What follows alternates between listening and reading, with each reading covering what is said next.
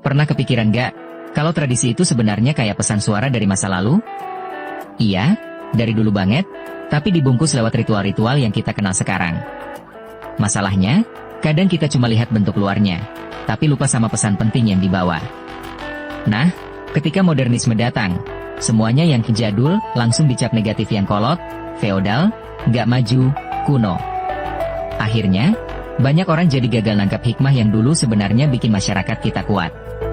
Di sebagian umat Islam sendiri, tradisi apapun sering buru-buru diberi label sebagai warisan Hindu, Buddha, bid'ah, atau syirik. Padahal belum tentu begitu, dan gak diteliti dulu prosesnya. Sebelum narasi anti-tradisi ini rame, Muhammadiyah awalnya dibangun Kiai Haji Ahmad Dahlan sebagai gerakan amal. Logikanya simpel, Kristen bikin rumah sakit, Muhammadiyah bikin PKU.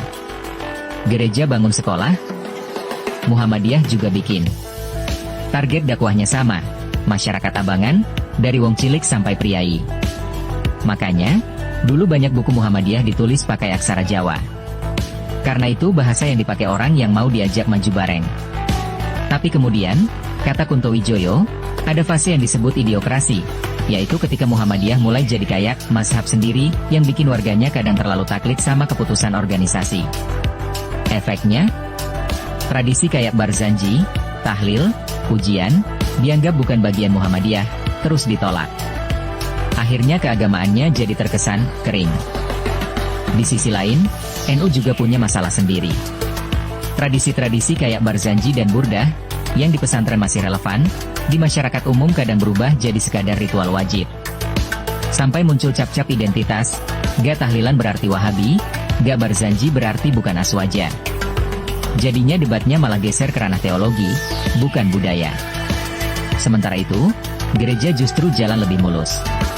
Setelah G30 SPKI, banyak orang abangan yang trauma konflik memilih masuk Kristen, karena merasa dilindungi. Dan gereja sudah punya strategi budaya yang matang, inkulturasi. Budaya Jawa diolah, dirangkul, dikasih ruang dalam tradisi Kristen.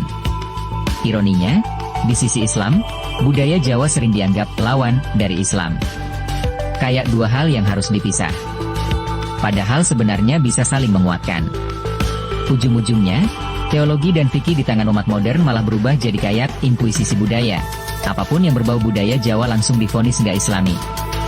Dan kalau dibiarkan, lama-lama justru merugikan dakwah itu sendiri. Karena dakwah yang mematikan kreativitas budaya, cepat atau lambat akan kehilangan daya tariknya.